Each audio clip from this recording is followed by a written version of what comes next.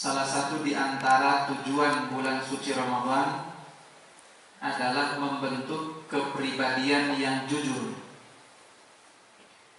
Orang-orang yang jujur dengan tingkat kejujuran yang paling puncak di dalam Islam disebut sebagai siddiq.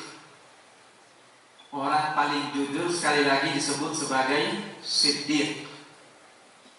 Dan manusia paling jujur di antara sekian banyak umat Muhammad sallallahu alaihi wasallam, kira-kira siapa orangnya? Abu Bakar. Makanya beliau disebut sebagai Abu Bakar As-Siddiq. Dan oleh karena beliau mendapatkan predikat sebagai As-Siddiq ini, manusia paling jujur, maka Rasulullah sallallahu alaihi wasallam juga menempatkan beliau sebagai manusia paling mulia setelah Rasulullah sallallahu alaihi wasallam. Bahkan di dalam sebuah sabdanya Rasulullah sallallahu alaihi wasallam mengatakan tentang Abu Bakar As-Siddiq radhiyallahu anhu bahwa iman Abu Bakar As-Siddiq itu jika dibandingkan dengan iman seluruh umat Muhammad sallallahu alaihi wasallam, maka iman Abu Bakar As-Siddiq masih jauh lebih berat timbangannya dibandingkan iman seluruh umat Muhammad sallallahu alaihi wasallam. Dan kita bisa bayangkan jemaah yang dimuliakan Allah, siapa yang dimaksud dengan umat Muhammad sallallahu alaihi wasallam itu? Mereka adalah orang yang hidup pasca Rasulullah diangkat sebagai nabi sampai akhir zaman nanti. Itulah umat Muhammad sallallahu alaihi wasallam. Jadi tidak hanya pada suatu zaman saja, tapi sejak Rasulullah diutus sampai hari kiamat nanti, semua orang yang beriman dikumpulkan kemudian ditimbang imannya, iman Abu Bakar As-Siddiq radhiyallahu anhu masih lebih berat dibandingkan iman semua umat Muhammad sallallahu alaihi wasallam. Ini luar biasanya jemaah yang dimuliakan Allah. Tentu kita tidak akan pernah bisa mencapai derajat beliau, nggak akan pernah bisa. Akan tetapi suatu pelajaran penting di sini bahwa ketika kita menjadi orang yang jujur, maka itu juga yang akan menentukan kita akan mendapatkan posisi yang tinggi atau tidak dari status kita sebagai orang beriman di hadapan Allah Subhanahu wa taala. Nah, jemaah yang dimuliakan Allah, sekali lagi Ramadan ini adalah madrasah. Ramadan ini adalah momentum kesempatan di mana kita melatih diri untuk menjadi orang yang jujur. Nggak ada yang diam-diam makan kan? Nggak ada yang diam-diam minum kan? Nggak ada. Padahal di kamar itu boleh jadi banyak makanan yang tersedia di situ, banyak air minum yang tersedia di situ. Akan tetapi meskipun tidak ada orang yang menyaksikan, kita tetap tidak mau untuk minum. Meskipun ada juga ternyata katanya sebetulnya. Tapi itu biasanya orang yang memang belum kuat keimanannya. Artinya bahwa kita akan temukan bahwa madrasah Ramadan ini memang benar-benar banyak membentuk kita sebagai pribadi-pribadi yang jujur.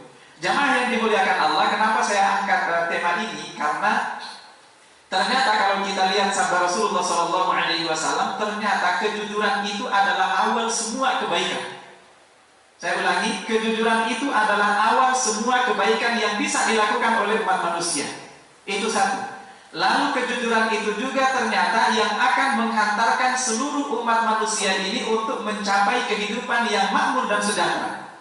Saya mau tanya sekarang, ada yang tahu nggak negara yang paling makmur di dunia ini negara? Ya? Yang paling makmur di dunia ini namanya New Zealand, Selandia Baru ya? Itu negara yang paling makmur di dunia ini. Apakah karena kekayaannya? Bukan. Saya membaca satu artikel tentang penelitian seorang ilmuwan yang penasaran ini apa yang membuat New Zealand itu menjadi negara yang paling makmur di dunia. Ternyata setelah beliau melakukan penelitian, yang ditemukan di sana ternyata bahwa semua rakyat New Zealand itu semuanya mempertahankan yang namanya kejujuran. Jadi benar-benar berawal dari kejujuran itu, berangkat dari kejujuran itu, semua rakyat New Zealand itu menjadi makmur.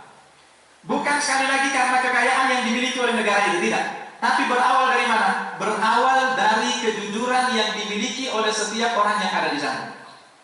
Saya tadi sempat bincang-bincang juga dengan Ustadz di sini. Beliau berbicara tentang beberapa orang yang ada di Freeport sini, dan beliau mengatakan luar biasa kejujuran orang-orang itu sehingga memang benar-benar menjadikan orang-orang itu sebagai orang yang melejit. Jadi karirnya luar biasa, kekayaannya juga luar biasa, dan memang banyak orang yang sangat menghormati mereka. Nah, ini jemaah yang dimuliakan Allah, sesuai dengan sabda Rasulullah SAW. Mari perhatikan Rasulullah SAW bersabda, beliau mengatakan, Inna sidqa yahdi ilal bir, wa innal birra yahdi ilal jannah, wa innar rajula la yasduqu hatta yuktaba indallahi siddiqa, wa innar kadhiba yahdi ilan nar, wa innar rajula atau wa innal kadhiba yahdi ilal fujur, wa innal fujur yahdi ilan nar, wa innar rajula la yakdzibu hatta yuktaba indallahi kadzdzaba. Kata Rasulullah SAW, inna sidqa, sesungguhnya kejujuran itu. Diperhatikan ya, ini perhatikan materi saya sejak awal ya, karena nanti di akhir ceramah seperti dikatakan tadi, nanti akan ada pertanyaan dan hadiahnya cukup menarik insya Allah. Hadiahnya cukup menarik insya Allah. Ini akan ada terus ya, setiap malam mulai dari malam ini. Insya Allah akan ada terus. Jadi perhatikan ceramah Ustaznya, biar nggak ngantuk. Cuman mohon maaf, cuman satu orang nanti yang akan kebagian, ya.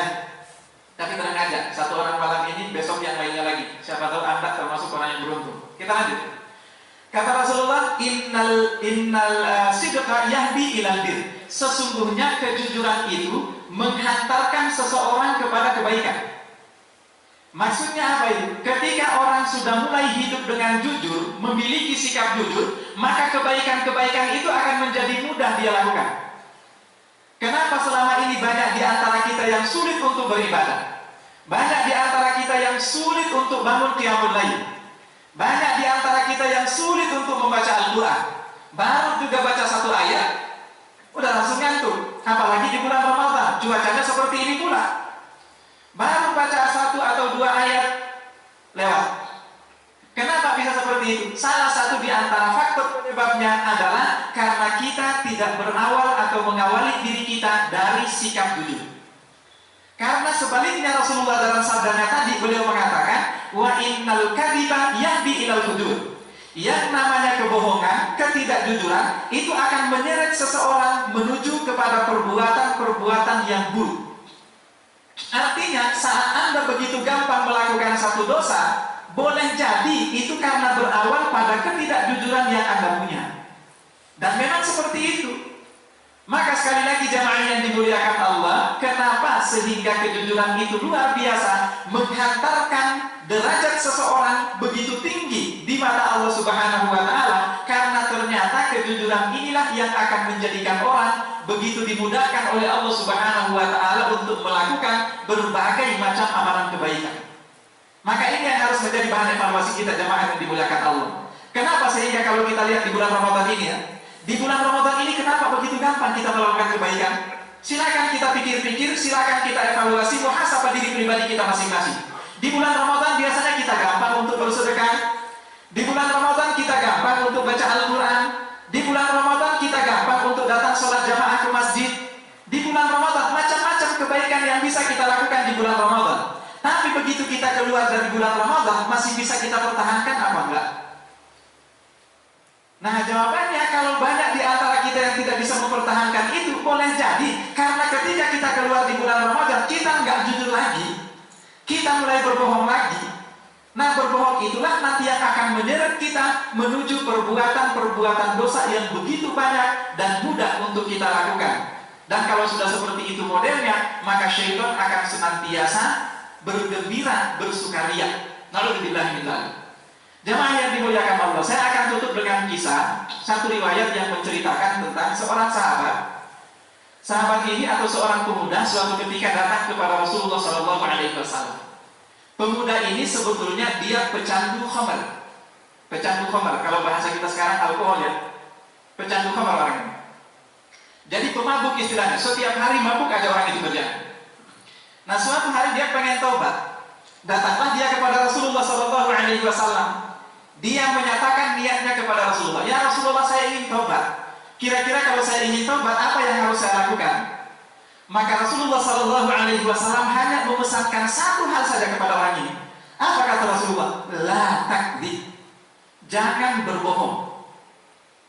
Orang ini belum paham apa makna dibalik sabda Rasulullah Shallallahu Alaihi Wasallam ini. Dia pikir masa iya saya taubat kuncinya hanya sekedar tidak bohong? Karena dia belum tahu rahasia yang ada di balik itu. Akhirnya dia bertanya kepada Rasulullah, ya Rasulullah, masa cuma itu doang syaratnya? Kata Rasulullah, iya cuma itu saja. Kalau Anda kepengen berubah, Anda pengen tobat, Anda pengen jadi orang yang benar, ya sudah, itu saja syaratnya. La takdzib, jangan bohong. Akhirnya karena masih penasaran, ya sudah. Tapi karena ini yang disampaikan oleh Rasulullah, pulanglah dia. Begitu dia pulang, besoknya dia ketemu dengan kawan-kawannya yang selama ini selalu minum khamar bersama dengan pemuda itu. Begitu ketemu dengan kawan-kawannya itu ngajak lagi, yuk kita minum. Akhirnya pada saat itu dia mikir, kalau saya ikutan minum, nanti kalau saya ketemu Rasulullah Shallallahu Alaihi Wasallam, saya pasti ditanya. Dan saya sudah menyatakan diri di hadapan Rasulullah bahwa saya nggak boleh bohong. Maka karena dia mikir seperti itu, nanti kalau saya ketemu Rasulullah, masa iya saya katakan saya sudah minum khamar lagi? Malu. Akhirnya karena itu dia tahu ternyata itulah kunci dibalik kenapa Rasulullah Shallallahu Alaihi Wasallam menitipkan pesan hanya satu sederhana, jangan berbohong. Kenapa? Karena saat Anda tidak berbohong, maka Anda akan dilindungi oleh Allah Subhanahu Wa Taala dari segala macam bentuk maksiat dan perbuatan-perbuatan jahat yang lainnya. Makanya kalau orang sudah semakin sering berbohong, insya Allah dosa akan makin banyak. Ya, suka bohong sama istrinya. Kalau dilihat wajah-wajahnya di sini sih gak ada yang suka bohong sama istrinya. Sesekali doang ya. Mungkin bohongnya. Ya itu bahaya, jamaah yang dimuliakan. Itu berbahaya sekali. Maka tolong jaga diri kita. Bulan Ramadan ini jadikan sebagai momentum yang benar-benar membentuk kepribadian kita agar kita benar-benar jauh dari sifat ini. Dan kita menjadi pribadi yang memang benar-benar mempertahankan kejujuran. Dan dengan kejujuran itu insya Allah akan mudah bagi kita untuk melakukan amal soleh yang lainnya. Ya, sebagai penutup, kita bekerja di sini amanahnya luar biasa. Termasuk di antara bagian daripada siddiq atau as-siddiq itu adalah ketika kita mempertahankan amanah yang dititipkan kepada kita. Kita dibayar oleh perusahaan untuk bekerja misalnya dari jam sekian sampai jam sekian. Lalu kemudian kita mengurangi porsi bekerja itu, padahal kita dibayar. Misalnya, Anda dibayar 8 jam dalam satu hari dengan bayaran sekian misalnya. Lalu kemudian Anda bekerja tidak sampai pada jam itu. Ingat, itu adalah amanah. Ketika Anda tidak amanah, itu yang akan membuat Anda begitu mudah untuk melakukan dosa-dosa yang lain. Termasuk di antaranya misalnya, kalau di kantor-kantor banyak di Jakarta itu biasanya ya, dititipin, nih, duit sekian, tolong belanja alat-alat kantor. Ya, duit sekian, tolong belanja alat-alat kantor. Ketika dia pergi belanja, mintalah dia sama tukang tokonya, sama orang tokonya, dinaikin harganya ya. Dinaikin harganya, biar apa? Biar ada lebihnya. Jadi nanti laporannya ketika dituliskan di kwitansinya itu harganya naik. Tapi padahal sebetulnya harganya tidak segitu. Nah, ini termasuk di antara bagian daripada itu semuanya. Mudah-mudahan kita yang hadir di sini senantiasa tidak ada yang melakukan hal seperti itu. Dilindungi oleh Allah Subhanahu Wa Taala dari hal-hal yang sebetulnya sederhana seperti ini. Tapi itulah yang akan menyeret kita kepada berbagai macam dosa yang bisa kita lakukan. Wallahu a'lam bishawab. Pertanyaannya